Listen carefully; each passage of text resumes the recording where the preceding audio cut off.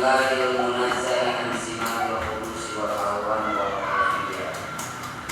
Wa asyhadu an la ilaha illallahul ghaniyyu an kulli ma siwa wal muftaqiru ilaihi kullu syai'in fi sa'iril awqat. Wa asyhadu anna sayyidana Muhammadan sayyidul makhluqat.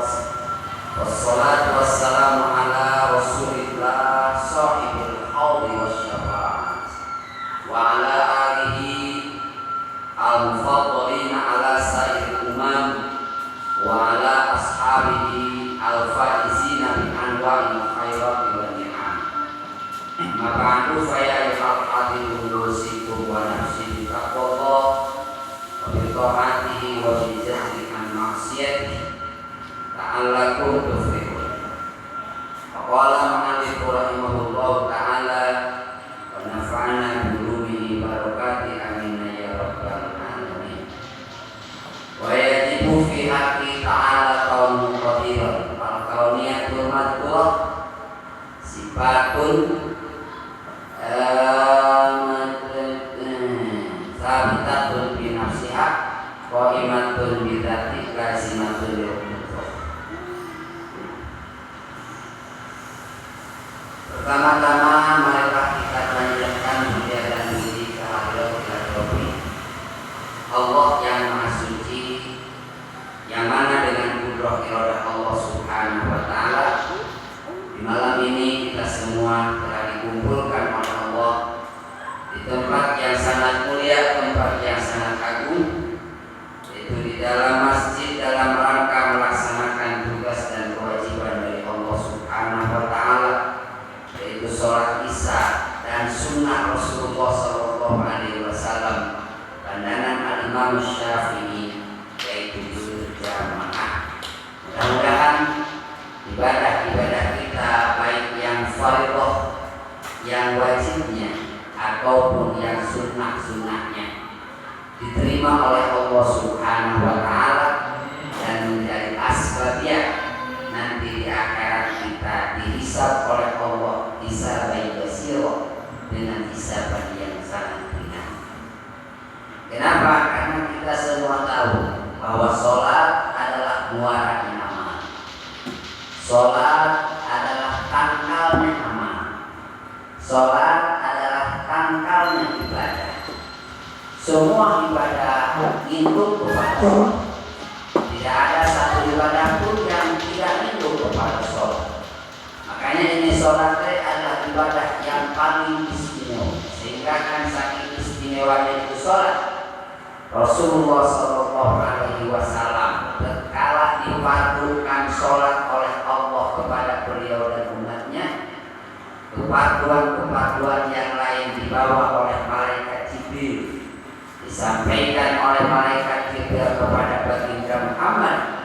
Tapi itu sholat mah Rasulullah diangkat oleh Allah jasad waruh. Sebagian ulama, sebagian lagi mengatakan ruhnya saja kemana? Menghadap Allah Subhanahu wa taala, naik ke langit yang pertama, langit kedua sampai ketiga, sampai ke ketujuh, ke Sidratul Muntaha, ke Sidratul Qasain, ke arasnya Allah Subhanahu wa taala. Rasulullah Sallallahu Alaihi Wasallam melihat dari Allah yang mana layak dilihat oleh Rasulullah Sallallahu Alaihi Wasallam, yang tidak bisa dipertanyakan kaifa, bagaimana melihat Allahnya. Nah, itu saking apa? Saking istimewanya ibadah. Hadirin jamaah asnadakumullah, nanti amal-amal kita di akhirat itu lindung terhadap sholat. Hasan Basri, beliau adalah akabir tabi'in, kegedean daripada golongan tabi'in. Ini Hasan Basri sebagai ulama mengatakan termasuk salah satu mujtahid yang 11. Karena mujtahid madhab banyaknya 11. Yang 7 itu tidak mudawan, artinya tidak dibukukan. Tapi yang 4 itu mudawan. Mana yang 4? Al-Imam Syafi'i, Imam Ahmad bin Hanbal, mereka adalah arba'in tabi'in. Al-Imam Abu Hanifah, Imam Maliki, mereka adalah tabi'in. Nah, dari yang 7 tadi yang tidak menjawab adalah Hasan Basri. Kalau mereka sudah punya pangkat mustahil, maka ibadahnya tidak boleh mereka niru kepada Imam Syafi'i, mereka mukolin taklid kepada Imam Malik. Imam Syafi'i belum ada waktu itu, berarti taklid kepada Abu Hanifah dan Imam Malik.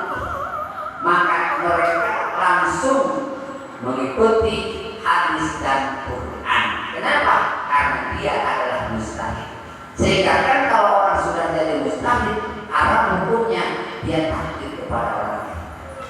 Hadirin jamaah asnadatullah. Cuma ada 7 doa yang boleh disebutkan. Hasan Basri, ada yang mengatakan Daud ini, ada yang mengatakan Sufyan Tsauri. Mereka adalah mustahil. Ini Hasan Basri, beliau meriwayatkan hadis nyambung sampai kepada Rasulullah SAW, di mana Rasul mengatakan begini. Kata Rasul, awwalu ma yuhasabu bihil abdu yaumal qiyamati as-shalat. Awwalu ma, pertama kali amaliyah, pertama kali ibadah, yuhasabu yang akan dihisabi dengan ibadah al-abdu seorang hamba yaumal qiyamati, nanti di hari kiamat, as-sholatu adalah sholat. Yang pertama kali ditanyakan kepada kita itu as-sholat. Kapan sholat? Bagaimana dengan sholatmu? Tidak akan ditanyakan bagaimana keluargamu sebelum ditanyakan sholat. Bagaimana muamalahmu sebelum melaksanakan sholat. Bagaimana zakat, puasa, haji dan lain-lainnya tidak akan ditanyakan oleh Allah sebelum sholat telah dipertanyakan. Maka kata Rasul, fa'ikana qad atammaha, andai kata itu si abdul dia telah menyempurnakan terhadap sholatnya sewaktu hidup di dunianya, hawana alaihi hisab, maka akan diringankan kepada itu si abdul al-hisab, perhitungan amal. Kalau sewaktu hidup kita, sewaktu kita di dunia ini sholat sempurna, maka hisaban-hisaban yang lain itu tidak akan berat ditanyanya. Hisabannya akan dijadikan hisab yasiro, hisab yang sangat ringan. Ditanya formalitas doang pertanyaannya. Hai Pak Biatika, saya telah mengurus keluarga saya, beres. Hai Pak Isaumika, bagaimana puasamu? Oh, saya puasa setiap Ramadan, apalagi lebaran yang pernah ketinggalan, beres. Wahai Pak Bizakatika, bagaimana dengan zakatmu? Saya keluarkan setiap harta saya zakati, beres. Tidak ditanya dengan kesulitan-kesulitan. Kenapa? Sholatnya bagus, sholatnya sempurna. Bagaimana kita menyempurnakan sholat? Minimal benar menurut ulama fikih.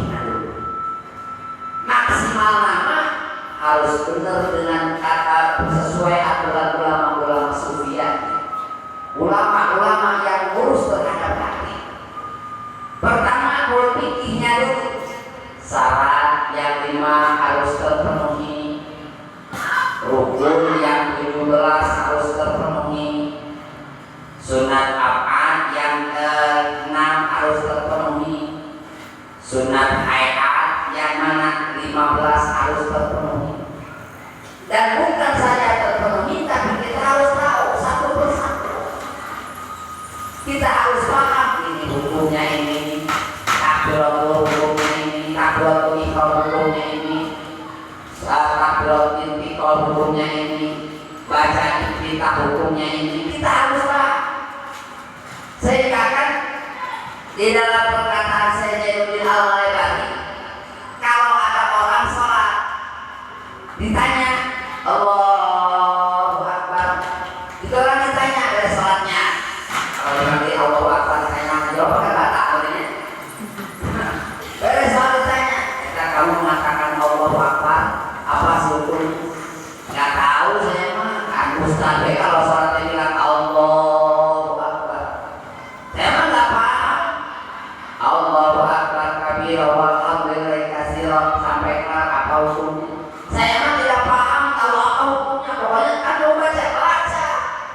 ikut besok Ustaz, maka kata Syekh Jalil Al-Bukhari, sholatnya tidak sah. Jadi harus paham syarat sholat yang 5, rukun sholat yang 17, sunat sholat abad yang 6, sunat hayat yang 15. Itu harus paham, harus tahu satu-satunya. Bukan saja bisa terpenuhi, tetapi kita harus tahu. Berarti SSO-nya menurut fikih saja kita masih jauh berarti. Ya, syarat sholat yang 5, dia harus bersih dari hadas kecil, hadas besar. Tatkala mengatakan harus bersih dari hadas kecil, hadas besar, berarti kalau dia punya hadas besar dia sudah halus. Tatkala mengatakan hadas kecil, berarti kalau dia punya hadas kecil dia wajib harus sudah melaksanakan wudu. Beres, harus bersih daripada najis di dalam baik najis apa saja, baik itu najisnya najis yang tidak dimaafkan di dalam bab sholat, tidak dimaafkan dalam bab air, seperti kotoran itu najisnya tidak dimaafkan dalam bab sholat, tidak dimaafkan dalam bab air. Atau bangkai yang mana itu bangkai kalau disobek-sobek ada darahnya, bangkainya tidak dimaafkan dalam bab sholat, dalam bab air, seperti bangkai tikus. Kalau kita sholat bawa bangkai tikus sah sholatnya? Tidak. Kalau kita sholat, kalau kita punya air kemasukan oleh bangkai tikus, airnya jadi mudah najis, jadi mudah najis. Nah, nantinya kan ada bangkai teh yang dimaafkan dalam bab sholat, tapi tidak dimaafkan dalam bab sholat, tapi dimaafkan dalam bab air. Najis namanya. Seperti mana? Seperti bangkai yang mana itu bangkai teh dari hewan yang kalau itu hewan disobek-sobek oleh kita dia tidak mengeluarkan darah, seperti cacatnya, apalagi cowok, nyamuk. Itu nyamuk bangkai, kalau mati ya bangkai. Dia apalagi kutu, semut dan lain-lain. Kalau itu dari dimaafkan dalam sholat, artinya kalau kita sholat di baju kita atau di badan kita atau di tempat kena anggota badan kita terhadap tempat sholat itu, maka sholat kita tidak sah. Ada lagi pakaian najis dimaafkan di dalam bab air, tapi dimaafkan dalam bab airnya. Nah, bagaimana dimaafkan dalam bab air? Kalau kita punya najis, kalau kita punya air kurang dari 200 liter, bahasanya 2 pula kain, bahasa 2 pula kain 200 liter kurang lebih. Atau kita punya makanan yang cair, lantas dimasukkan oleh apa? Oleh bangkai-bangkai tadi, asal tidak rubah warna, tidak rubah rasa, tidak rubah akhirnya, maka itu air teh suci, dimaafkan. Ada nanti najis teh dimaafkan di dalam bab sholat, tidak dimaafkan dalam bab air. Seperti apa? Darah. Kita sholat ada darah sedikit turun alat di pakaian ataupun di badan, sah sholatnya? Sah. Air darah najis, najisnya gampang najis, hukum darah itu najis, tapi dimaafkan di dalam bab sholat asal sedikit. Tapi tidak dimaafkan dalam bab air. Kalau kita punya kopi 1 gelas ketetesan oleh darah, walaupun sedikit darahnya, maka itu kopi jadi najis, haram diminum oleh kita. Kalau kita punya air kurang 200 liter ketetesan oleh darah, walaupun tidak rubah warna, tidak rubah rasa, tidak rubah akhirnya, maka itu si air tetap walaupun asal tidak rubah warna rasa, itu airnya tetap suci. Pertama, harus bersih dari atas ke atas besar. Kita ingin sempurnakan ini punya sholat ini. Ini mau bikin dulu. Setelah itu yang kedua, wasatul aurat, menutup aurat. Syarat sholat, syarat sholat. Kalau kita sholat tidak nutup aurat, sah sholatnya? Tidak. Kalau orang laki-laki mah kadang namanya cukup kata ulama fikih, mazhab Imam Syafi'i mah baina surah wa rupa, antara udel dan dengkul.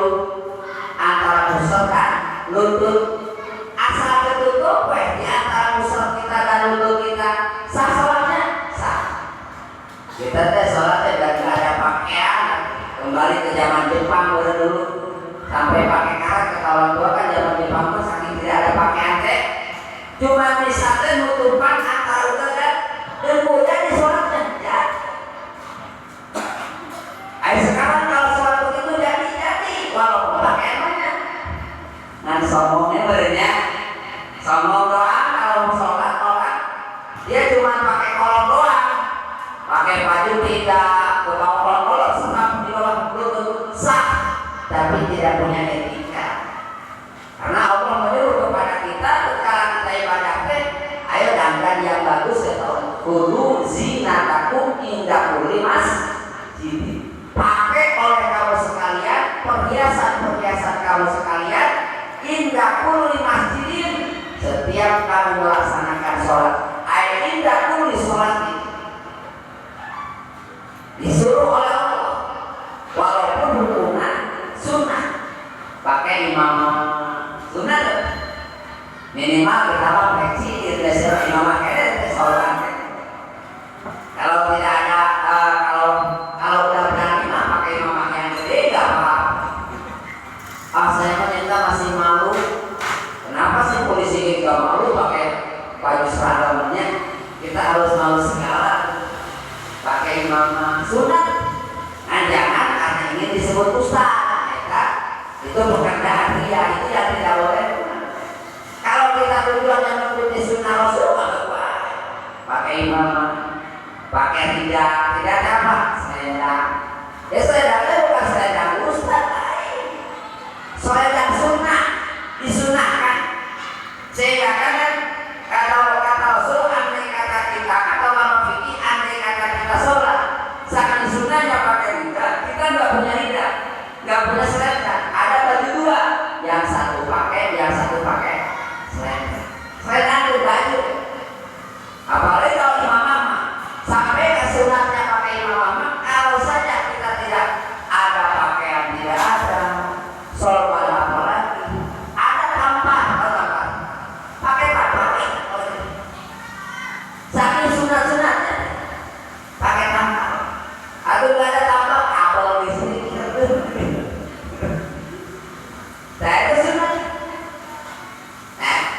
ada pun menutup auratnya hukumnya wajib awas tukang rokok harus hati-hati pakai sarung banget ya mah jika wajib pakai celana panjang celana dalam ya wajib pakai kolor ya wajib pulang yang suka rokok kenapa sarungnya bolong-bolong biasanya bolong sedikit saja segede ujung pipi kelihatan kulit kita sasarannya tidak wajib kalau kiblat ketika menghadap kiblat wajib kita menghadap kiblat dalam sholat kalau kita sholatnya di tanah Mekah maka wajib kita harus menghadap kalau kita sholatnya di Masjidil Haram maka wajib harus menghadap Ainul Ka'bah dan Ka'bah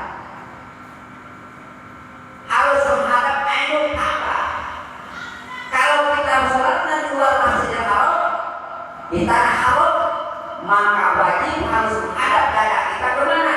Ke Masjidil Haram kalau kita sholatnya di tanah hilut, tanah halal seperti mana? Seperti kita di Indonesia tanah hilut wajib dada kita harus menghadap ke tanah haram ke satu wujud tanah haram Mekah bukan tanah haram Madinah karena tanah haram kan tiga ada tanah haram Mekah, Madinah ditambah lagi Baitul Muqaddas itulah tanah-tanah yang tidak akan diinjak oleh dajjal nah maka wajib dada kita ini harus menghadap terhadap satu wujud daripada tanah haram. Terus saya tidak tahu menghadap wajibnya bagaimana harus ada dua kalah kata orang artinya dua kalah 75% mendekati kebenaran benar caranya ada dikasih ilmu oleh Allah dibikin cara kompas ada yang menggunakan matahari tanggal-tanggal tertentu kita bisa mengukur arah kiblat dengan matahari kan bisa kayaknya itu kalau kita di rumah tak sholat jangan kayaknya di sini jangan kayaknya harus ada dua kalah untuk membuktikan dua kalah itu maka pakai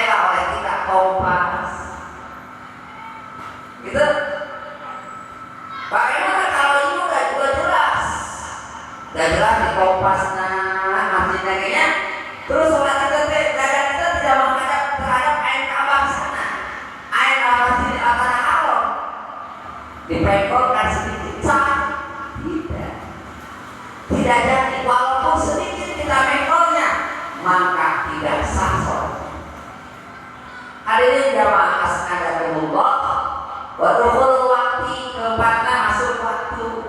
Tak boleh kita saya mau nyodok duluan sholat subuh jam 4 nggak masalah, tidak sah. Harus tunggu waktu. Nah terakhir yang kelima ini, yang itu mungkin oleh kita terpenuhi semua. Wakil mukti fardiyatiha, wajib harus tahu akan kefarduan sholat. Sehingga kan dalam sabda aja dikatakan tidak sah batal sholat seseorang kalau perkara yang wajib ditekadkan sunnah.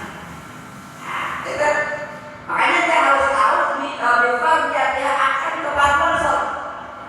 Nanti tahu di sini tentang apa? Tentang rukun-rukun sholat. Yang tadi rukun sholat banyaknya ada 17. Yang 17 dibagi menjadi 3 bagian. Ada yang rukun qalbi, rukun bahasa akhir. Isinya satu yaitu niat. Maka Imam Syafi'i kalau orang sholat tidak mengatakan usolli fardhu dhuhri. Tanya, usolli fardhu maghribi. Di mana? Di hatinya. Maka sholatnya tidak sah. Tidak jadi sholat. Niatnya fardu hukumnya bukan sunnah. Ada pun mengucapkan di lisan usolli fardhu maghribi salah rakaat itu mau sunnah. Dan niatnya tempatnya di mana? Di hati. Wa talaffuzu biha sunnatun.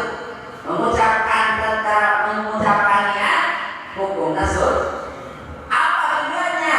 Supaya bisa membantu itu lisan terhadap hati. Itu makanya diucapkan. Kalau orang tidak mengatakan sholat, jadi sholat aja.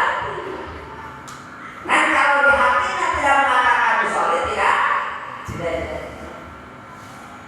5 rukun qauli, 5 rukun qauli.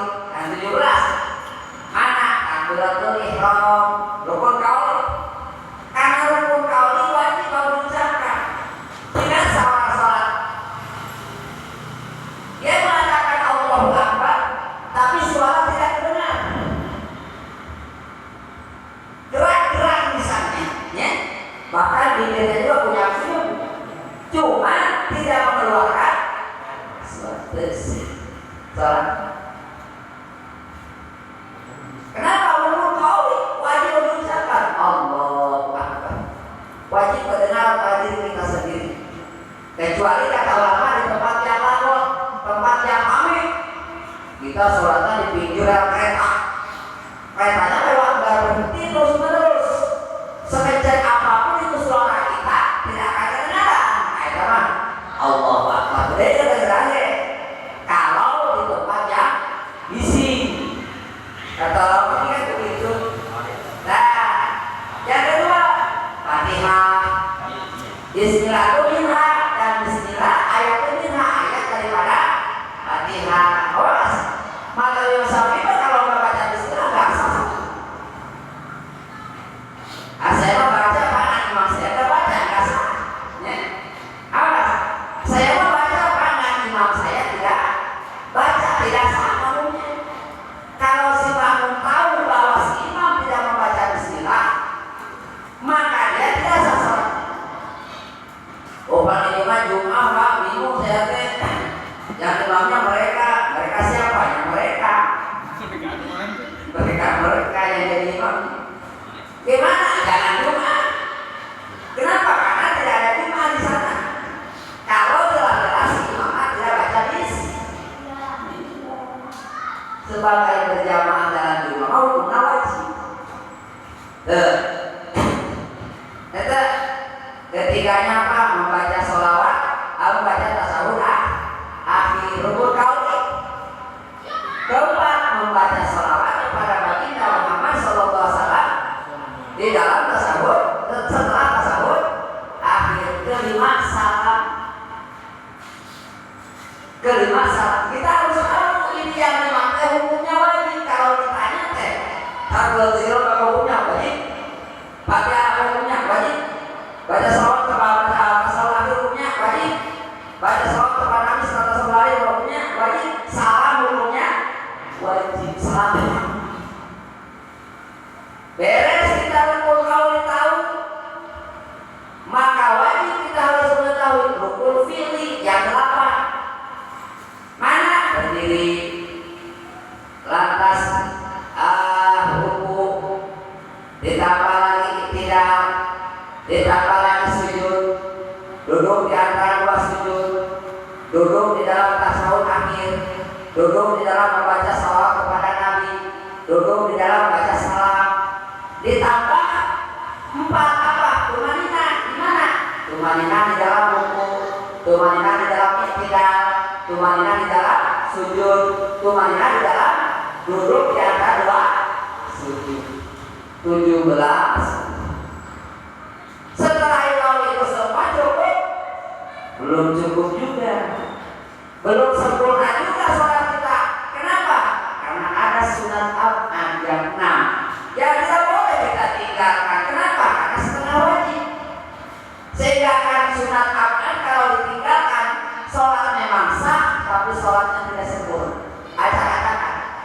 Karena untuk menyempurnakan kalau meninggalkan sunat ab'ad, hendaklah melaksanakan sujud sahwi 2 sujud kubaylah salat sebelum aweh. Masyaallah kita. Nah, mana menang teh? Tasawuf awal sunat ab'ad, bukan sunat ab'ad. Dalam sholat zuhur, asar, maghrib dan isya. Subuh mah jangan tasawuf awal. Berarti tasawuf benernya. Ditambah lagi apa? Kunut dalam sholat subuh.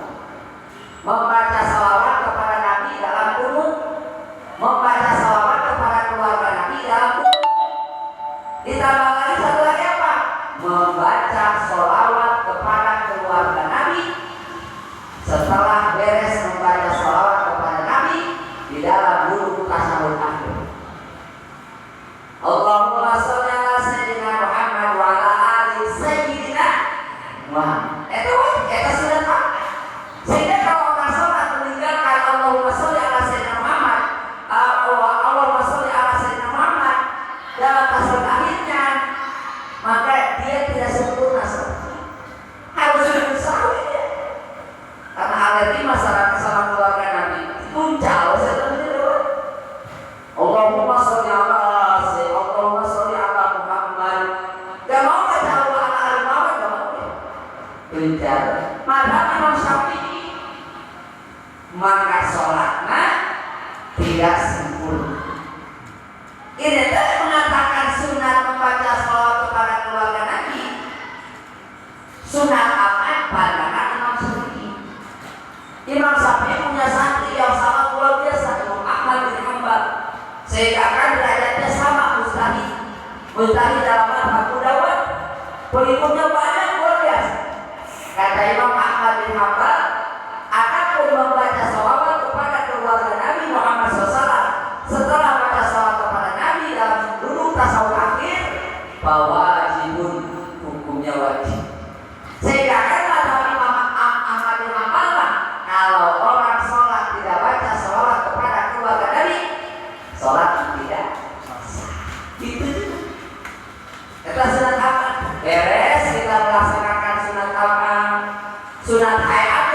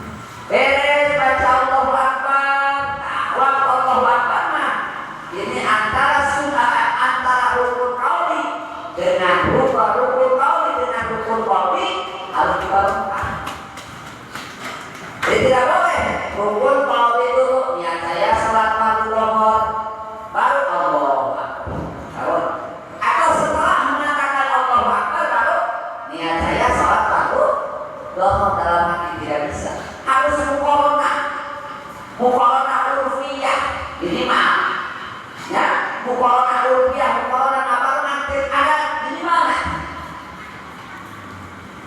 Jadi antara mengatakan Allah dan akal di antara mengatakan Allah sampai mati. Jadi silat ini hati harus membayangkan niat saya sholat waktu dohor. Segitu wajibnya. Adapun rakaat menghadap kiblatnya itu hukumnya setelah kita tadi Allah Akbar sunat hayat mengangkatkan tangannya membaca doa kita sunat hayat Allahu Akbar kabira walhamdulillahi katsiran sampai ke sunat hayat. Beres kita membaca doa kita baca ta'awudz fi kulli rakaat